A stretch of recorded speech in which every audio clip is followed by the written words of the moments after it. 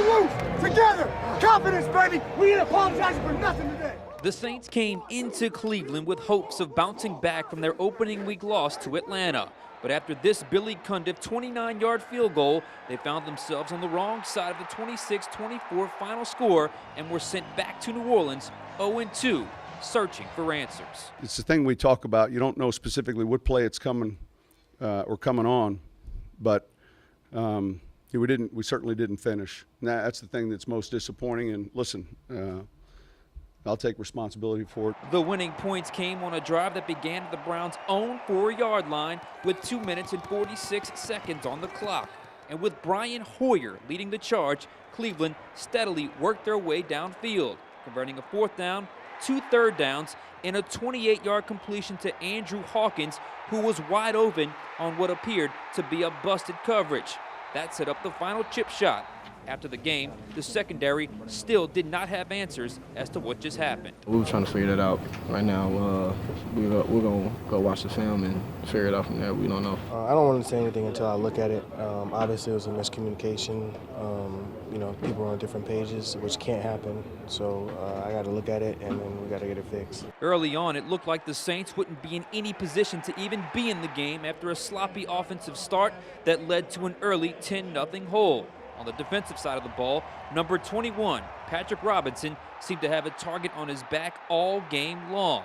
He gave up a touchdown and was flagged for an offsides that allowed the Browns' drive to continue when they would have had a missed field goal. There's a handful of us struggling today now. He's an easy target. Look, and I'm sure there's going to be a ton of stuff on tape we've got to look at that he'll want to clean up.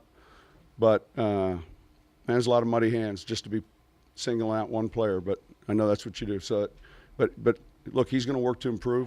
But eventually the Saints got it together and cut the Browns' lead to 6 at halftime when Drew Brees hit Jimmy Graham for a touchdown. Who that? Who that? That momentum carried into the second half when they scored on their first 2 drives, one from Graham and the other from Mark Ingram, who continued his stellar start to the season. I thought up front we blocked them pretty well. It's a pretty good front.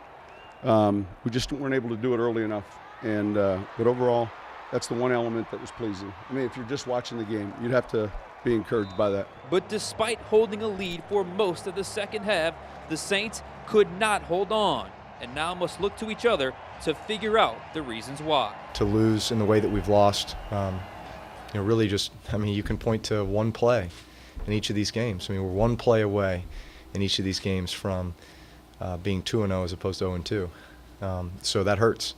It's frustrating. You know how hard we work. Obviously, the expectation level coming into it.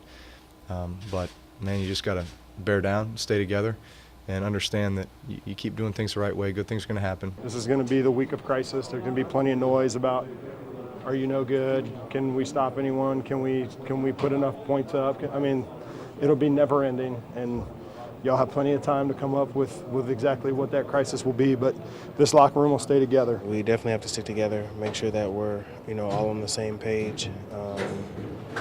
This is important, a lot of things can media, you guys can try to divide us, but, we got to make sure that we stick together and got to make sure we keep pushing and stay with the process, stay the course.